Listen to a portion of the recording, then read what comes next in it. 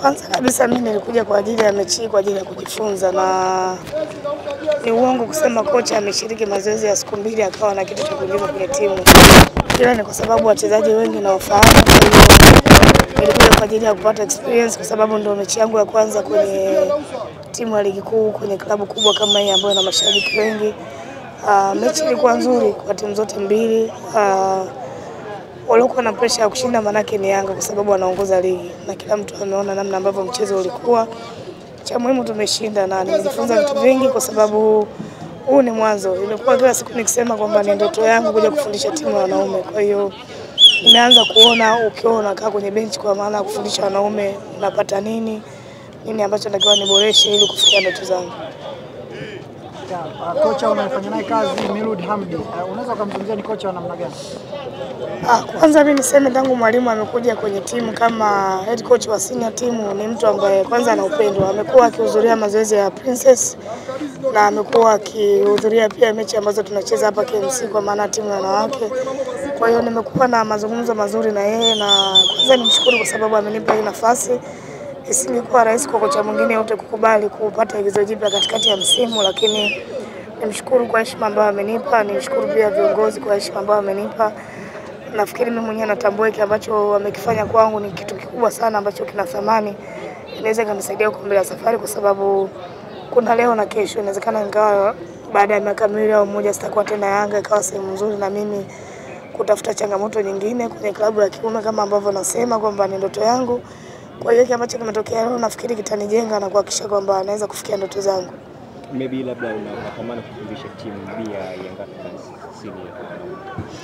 Mimi natamani kufundisha timu yote ile ya wanaume, ndio ndoto zangu kwa sababu kwenye mpira wa wanawake nimeshakuwa muda mrefu. Simaanishi kwamba sihitaji kuwepo kwa wanawake, lakini nahitaji kwenda kupata experience zaidi kwa sababu kazi yangu ni ukocha na siwezi kuwa nafundisha wanawake peke yake.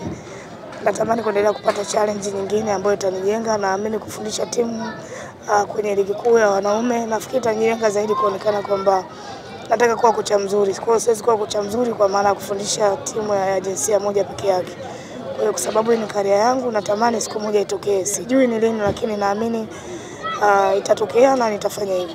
Labda baadhi ya vilabu vingine umeshawahi kupata labda kufanya nao kazi? Niseme tu kwamba naweza kumshukuru rais wa klabu ya Yanga na makamu wake kwa sababu kabla sijarudi Yanga msimu huu kuna timu ya ligi kuu nilisaini ya wanaume kwa maana ya kwenda kuwa kocha msaidizi.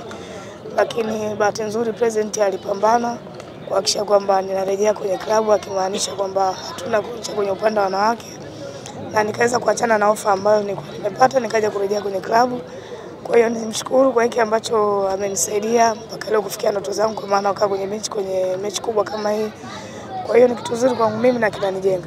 Na pia nimeona ulikuwa unaongea na rais wa Yanga, labda tupigie simu. Ni kitu gani ambacho ulikuwa unaongea? Rais ni mtu ambaye nimekuwa mara nyingi nazungumza naye kwa maana kwamba ni mtu ambaye anapenda maendeleo ya mtu, amekuwa akinishauri vitu vingi.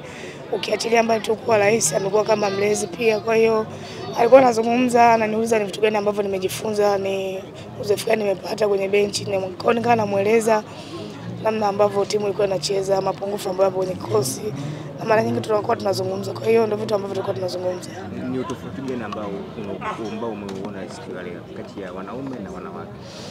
Tofauti ni kubwa, sio kwenye coaching peke yake. Namna kwa manage wachezaji wa kiume ni tofauti na wachezaji wa kike, na kila mtu anafahamu quality ya wachezaji wa Yanga ambao wako hapa wakubwa, wachezaji wengi ambao wanaweza kucheza klabu yote ile kutokana na quality yao. Kwa hiyo kwa manage wale sio jambo dogo.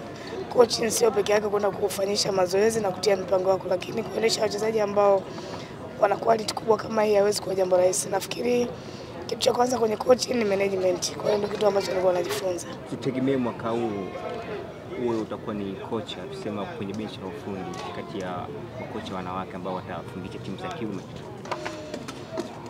Tuseme ni kocha wa kwanza kabisa Tanzania hapa. Kwa sababu msimu uliomalizika nilikuwa kwenye timu ya championship ya wanaume ya biashara. Msimu huu nimerudi kwenye ligi ya wanawake, nikaja tena nimekaa kwenye benchi kwenye timu ya wanaume kwa maana ya Yanga. Kwa hiyo ni kitu kizuri kwangu mimi, ni rekodi nzuri na najengea CV pia, kwa sababu inaweza kawa njia rahisi kwangu mimi kwa huko nenda, kwa sababu inaweza katokea chance kwenye klabu nyingine. Kusila kwa sababu leo watu wameniona nimekaa hapa kwenye benchi, inaweza kuwa ni platform nzuri kwangu mimi kupata kile ambacho nakitarajia. Maybe ikatokea labda Simba inakuhitaji kwa kwenye benchi, utakubali?